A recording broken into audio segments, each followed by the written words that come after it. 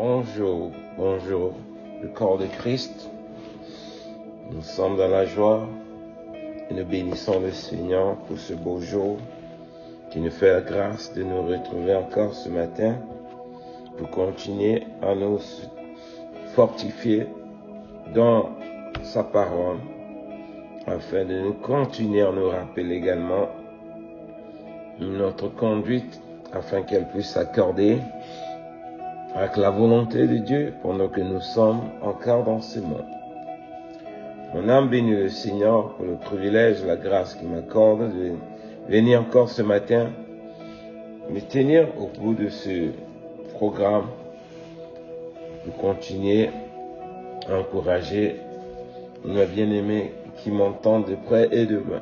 Que le Seigneur bénisse chacun de nous, qui nous affermisse, qui nous fortifie, afin que chacun puisse vraiment recevoir de la part de Dieu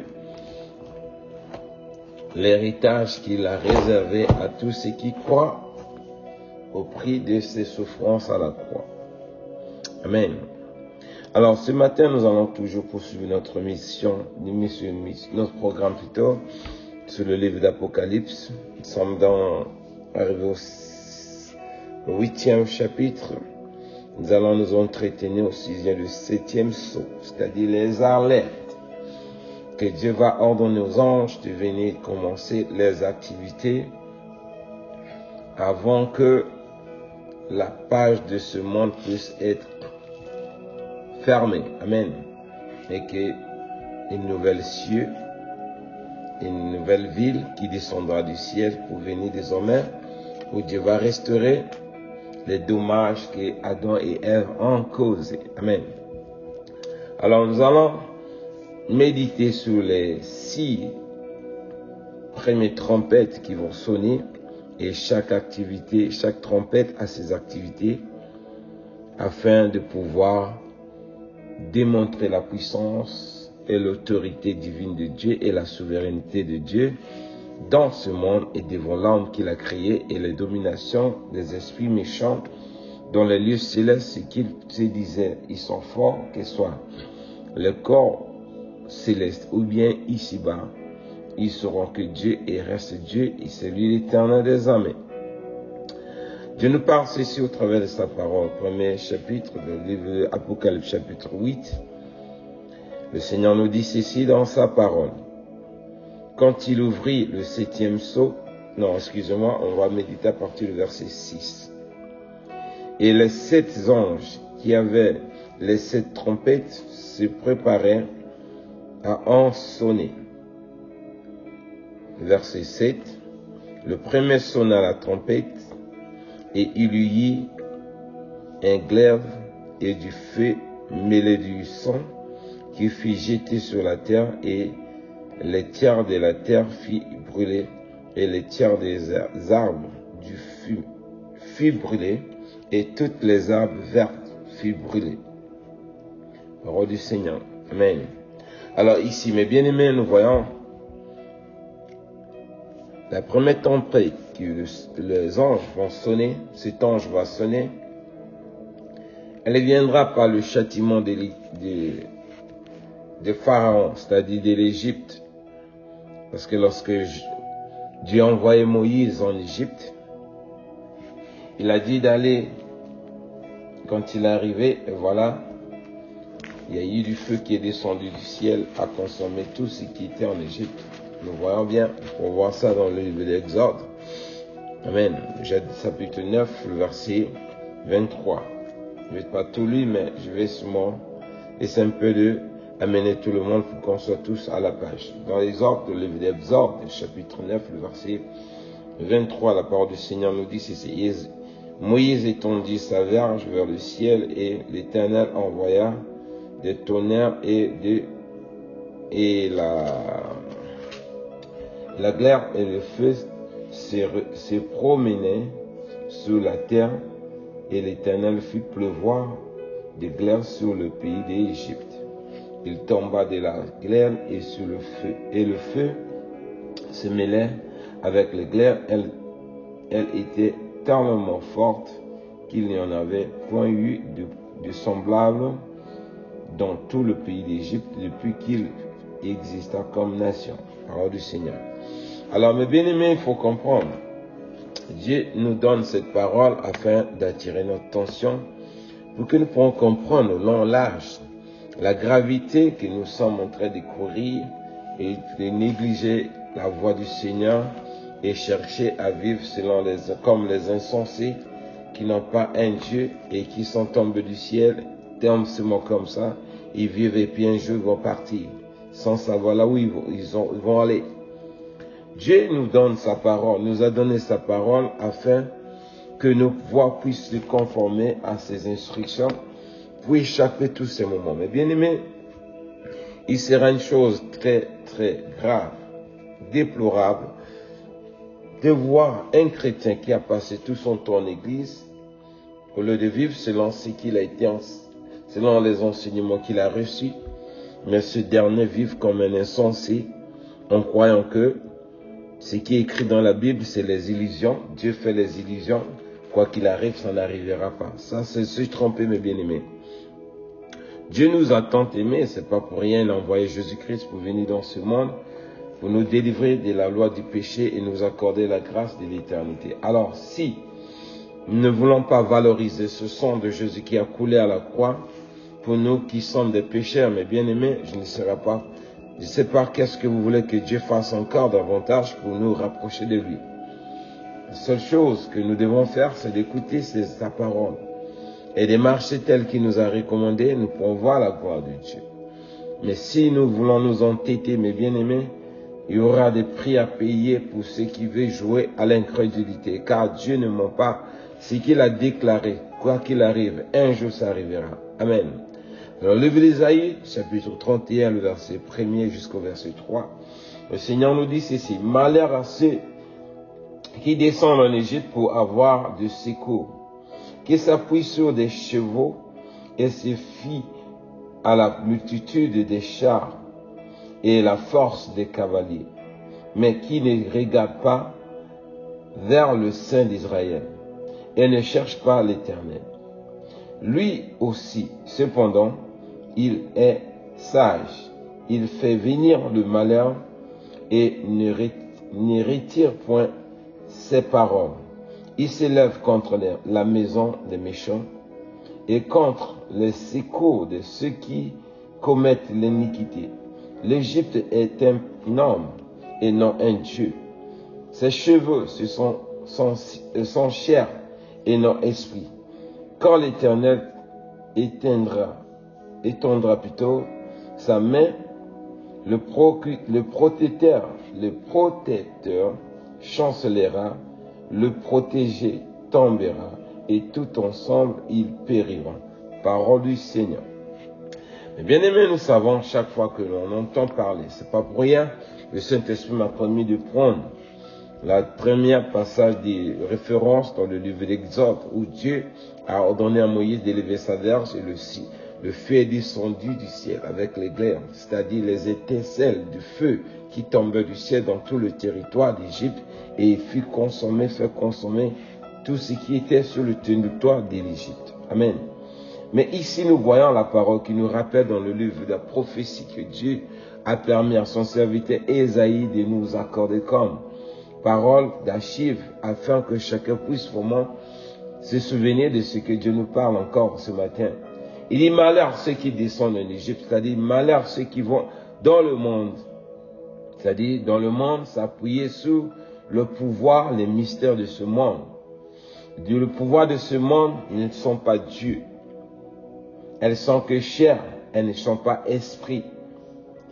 Quand la colère de Dieu s'abattra dans ce monde, l'Égypte, c'est-à-dire le monde, et tous ces pouvoirs maléfiques, mystiques, qui se disent, qui se fait pour ceux qui sont égarés, qui pensent que c'est une puissance dont l'homme peut se protéger.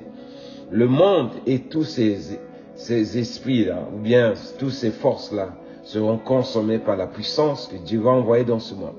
Alors, comment laisser Dieu qui détient le pouvoir de protéger l'homme, de délivrer l'homme, aller se confier aux choses que Dieu lui-même a créées, c'est-à-dire la création, au lieu de se confier au Créateur. Alors, c'est une erreur, mes bien-aimés, de comprendre, de voir des hommes qui refusent d'écouter Dieu. Ils vont se confier aux charlatans, ils vont se confier aux sectes, aux marabouts, ou n'importe quelle puissance quelconque, ou bien non. Mais l'homme ne pourra pas tenir devant Dieu, mes bien-aimés. Quel que soit ce qu'il pourra te donner comme force, comme puissance, cela ne pourra pas résister lorsque la colère de Dieu s'abattra dans ce monde. C'est ce que Ésaïe veut nous faire comprendre encore ce matin, pour que chacun de nous puisse vraiment essayer de réfléchir la manière dont il est en train de vivre dans ce monde. Car cette cinquième, première trompette, mes bien-aimés, elle doit vraiment attirer notre attention afin que chacun puisse revoir la manière dont il est en train de vivre dans ce monde, car il sera la chose déplorable de voir passer tout le temps à l'église et puis un jour se trouver dans loin de son Créateur. Dans le verset, dans le livre de l'Apocalypse chapitre 8, verset 8, le Seigneur nous dit ceci: le second ange sonna de la trompette, et quelque chose comme une grande montagne ébranla par le feu fut jeté dans la mer, et le tiers de la mer devint du sang. Parole du Seigneur. Alors ici, mes bien-aimés, nous voyons, et voici le verset 9, et le tiers des créatures qui étaient dans la mer et qui avaient vu mourir un tiers des navires périt. Parole du Seigneur. Alors ici, nous voyons, mes bien-aimés, la première tempête, lorsqu'elle a sonné, elle a frappé la terre. Amen. Mais cette fois-ci, la deuxième trompette va tomber, elle va maintenant infliger le même châtiment à la mer. Amen. Alors, tout ce qui est dans la mer, toute la créature que Dieu a créée existe dans la mer. Ceux-là, ils feront châtier. Pourquoi Dieu va châtier la mer? Qu'est-ce qui est dans la mer? Amen. Comment Dieu va envoyer un châtiment dans la créature qui est dans la mer, alors que les êtres humains ne vivent pas là-bas? C'est pour dire, mes bien-aimés, il y a des choses qui sont dans ce monde qui échappent à notre contrôle, qui échappent à notre connaissance. Si Dieu va châtier la terre et puis va châtier toute la créature qui est dans la mer, même les navires, ça veut dire qu'il y a aussi des puissances qui sont dans la mer, qui influencent la nature humaine à nos jours. Et comme Dieu, il va contre tout ce qui est méchanceté, qui s'abat dans ce monde, quel que soit le lieu, la région géographique, Dieu est obligé d'envoyer sa puissance pour anéantir cela. Parce qu'il y a une puissance qui vient de la mer pour manipuler l'homme dans ce monde, afin que l'homme puisse se rebeller contre Dieu. Donc Dieu va à la source de cette force-là, là où ça campe, là où ça réside, là où il a fortifié ses biens, c'est-à-dire ses villes fortes dans la mer, pour pouvoir détruire l'homme. C'est là où Dieu va également là-bas. Alors nous voyons aussi les hommes, par leur ignorance, ils vont aussi dans les eaux, chercher au bord de la mer, au bord du fleuve, aller invoquer des esprits qui ne connaissent même pas quelle est la nature de ces esprits-là. Amen. Alors nous voyons d'autres qui cherchent soit un miracle, soit ils veulent l'enfanter, ils vont aller dans la mer, ils vont aller dans les rivières, et invoquer les esprits qui sont dans la mer pour que ces démons-là les donnent les enfants. Mais bien aimés, c'est très dangereux de pratiquer ce genre de pratique parce que le monde là, c'est Dieu qui a créé le monde, c'est Dieu qui amène l'homme dans ce monde. Aucun cas, une créature de Dieu ne peut amener l'homme dans ce monde. C'est Dieu qui permet à ce que l'homme puisse être fécond. Mais lorsque Dieu ferme cette porte, tu viens forcer les choses, aller consulter les démons pour que tu puisses enfanter, c'est une erreur. Voilà pourquoi la parole de Dieu nous dit, Dieu va frapper également toutes les régions inférieures, qu'elles soient dans la mer, dans les rivières, toute la création. La créature que Dieu a créée là-bas, elle sera frappée. Toi qui vas se confier à ces créatures, tu es en train de te tromper parce que regardez comment Dieu va envoyer le feu qui va transformer l'eau en sang. Le sang là va anéantir tout, même le poisson, tout ce qui est à l'intérieur va mourir. C'est pour dire quoi?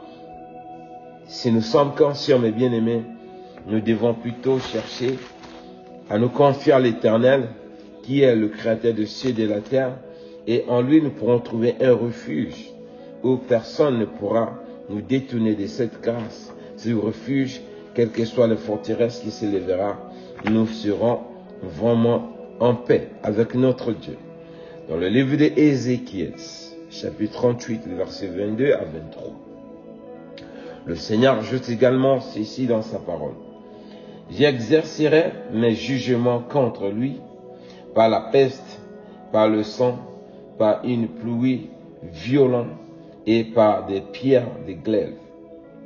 Je ferai pleuvoir du feu et du souffle sur lui et sur ses troupeaux, et sur ses peuples nombreux qui seront avec lui. Je manifesterai ma grandeur et ma sainteté Je me ferai connaître à eux de la multitude des nations, et elles sauront que je suis l'Éternel. Parole du Seigneur. Alors ici, mes bien-aimés, ça c'est le jugement de Dieu quand ça commencera par s'abattre, par le coup de signal que les gens sonneront des trompettes. C'est pour venir châtier l'homme qui est rebelle et qui ne veut pas s'accorder avec Dieu. Voilà pourquoi Joël aussi qui a prophétisé ces derniers temps, Dieu envoyera, il y aura des signes, il y aura des prodiges, et le soleil s'obscurcira, le sang couvrira. Et tu vois, beaucoup de choses, beaucoup de miracles. Amen. Vous pouvez voir ça dans le livre de Joël, chapitre 2, là-bas. Vous allez voir toutes ces choses. Mais pour nous, mes bien-aimés, nous devons comprendre. Dieu qui nous aime, il ne veut pas que nous subissons le sort de ces choses. Voilà pourquoi, si nous sommes conscients, accordons-nous à notre Dieu. Parce que les jugements de Dieu sont difficiles à l'homme de tenir. Il faut avoir la grâce de Dieu pour pouvoir résister lorsque Dieu est en train de punir. Parce que c'est la chicote de Dieu. Aucun homme ne peut te délivrer de cette chicote si ce n'est lui-même. Si nous sommes conscients, la seule chicote, la seule puissance que nous pouvons avoir pour vraiment anticiper cette force, c'est la repentance, c'est repentir de nos mauvaises voies, de revenir à Dieu. Et Dieu est bon, il va nous accorder la grâce et nous pourrons restaurer notre relation avec lui. Il y a aussi un prophète que Dieu a utilisé, c'est-à-dire le prophète Jérémie, dans le livre de Jérémie, chapitre 51, le verset 24 à 25. Le Seigneur nous dit ceci dans sa parole. J'ai regardé Babylone et à tous les habitants de Chaldée, tout le mal qu'ils ont fait à Sion sous ses yeux, dit l'Éternel. Voici, j'en veux à toi, montagne destructeur, dit l'Éternel. À toi qui détruis toute la terre, j'étendrai ma main sur toi, je te roulerai du haut du rocher, et je ferai de toi une montagne embrasée. On ne tirera de toi ni pierre angulaire, ni pierre pour fondement, car tu seras à jamais une ruine, dit l'Éternel des armées. Alors ici, mes bien-aimés, nous savons, la terre à nos jours est dirigée par le système de Babylone. Amen. C'est lui qui dirige ce monde-là en ce moment. Alors Dieu qui nous aide, dit Babylone même, qui est la puissance qui règne en ce moment. Il a élevé les hauts lieux partout où les gens vont trouver refuge. Mais Dieu dit, il va détruire cette puissance-là. Il va détruire cet royaume-là qui est en train de faire du mal à la terre, qui est en train de faire du mal à l'homme. Il va dérouler du haut de son rocher, là où il est assis, là où il régnait. Il sera embrasé par le feu que Dieu va envoyer. Alors, toi qui se confies au système de Babylone, à nos jours pour trouver refuge, tu t'appuies sur la puissance que Babylone donne dans ce monde pour dire tu as trouvé refuge, parce qu'il te donne ceci, il te donne cela. Mais bien aimés, répondons, c'est le moment de nous repentir, car le temps sont mauvais, car les châtiments de Dieu sont proches, pendant que l'homme en train de s'enivrer dans l'iniquité, alors que Dieu est en train de préparer les anges qui sont prêts à donner la lettre, l'assaut pour descendre dans ce monde, châtier tous ceux qui veulent. Ils ne veulent pas s'accorder à la volonté de Dieu, ceux qui veulent marcher dans l'incrédulité, dans la désobéissance. Voilà pourquoi nous devons faire très attention, mes bien-aimés. Cherchons plutôt à nous réconcilier avec notre Dieu en suivant les instructions qu'il nous a données comme parole. Nous allons échapper à tous ces jugements qu'il frappera ce monde. Dans le livre de Apocalypse chapitre 6, le verset 13 à 17, le Seigneur joue ici dans sa parole. Et l'étoile du ciel tombera sur la terre, comme lorsqu'il fut secoué par un vent violent jeté du figuier verte. Le ciel se retirera comme un livre qu'on roule, et toutes les montagnes et les îles furent remuées de leur place. Les rois de la terre, les grands, les chefs, les militaires, riches, puissants et tous les esclaves, les hommes libres, se cachèrent dans les cavernes et dans les rochers du montagne. Et ils disaient aux montagnes et aux rochers, tombe sur nous et cache-nous devant la face de celui qui est assis sur le trône et devant la colère de son agneau. Devant la colère de l'agneau. Car le grand jour de sa colère est venu, qui peut résister. Parole du Seigneur. Alors, ici, mes bien-aimés, nous voyons la parole qui est en train de nous interpeller, parce que nous voyons les anges qui vont sonner de la trompette, les montagnes s'ébranleront, comme l'a dit dans le premier, deuxième son des trompettes, et le troisième, l'ange sonnera de la trompette, et il tombera du ciel une grande étoile ardente comme un fléau, un flambeau, et elle tombera sur les tiers des fleuves et sur la source des eaux. Alors, mes bien-aimés, nous voyons toutes ces choses. Qui peut résister devant la colère de ce Dieu? Quelle force en ce moment tu es en train de t'appuyer? Tu es en train de trouver refuge en Égypte? Tu es en train de t'appuyer sur la créature que Dieu a créée? Alors, le temps est arrivé où chacun doit interpeller sa conscience, mes bien-aimés, pour rentrer en soi-même. Est-ce que ces gens-là, c'est eux qui nous ont créés, ou bien ils sont aussi des créatures que Dieu a créées pour que nous partons nous appuyer sur eux, alors que nous tous, nous sommes ceux-là qui vont chercher refuge auprès de l'Éternel. Pendant que nous sommes dans notre vivant, pourquoi aller trouver refuge auprès de l'homme que Dieu a créé à son image? Ou pourquoi aller vers la créature de Dieu, chercher à trouver refuge, alors que ces jours, ils ne parlent pas, ils ne se déplacent pas, ils ne bougent pas. Alors, c'est à nous de comprendre, mes bien-aimés, que nous sommes en train de nous tromper nous-mêmes. Le livre de l'Apocalypse qu'on vient de lire, en train de nous attirer notre conscience pour que chacun sache que le temps sont mauvais, nous devons racheter le temps.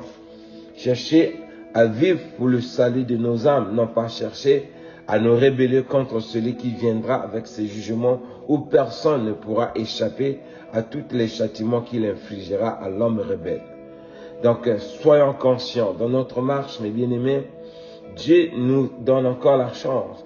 Chaque jour que Dieu nous prolonge le souffle de vie dans ce monde, il continue à nous tendre sa main de grâce et compassion, afin que chacun puisse revenir vers lui comme l'enfant prodige, afin de recevoir la grâce que Jésus nous a fait à la croix. Donc vraiment, c'est un peu ce qu'on avait à partager. Nous allons continuer, puisque le temps avance. On va continuer sur les autres sons des trompettes. Parole du Seigneur. Que Dieu nous fasse grâce encore. Nous allons continuer ensuite, après, dans notre prochaine méditation. Amen. Que Dieu nous bénisse, que Dieu nous protège. Shalom se retrouve demain par la grâce de Dieu.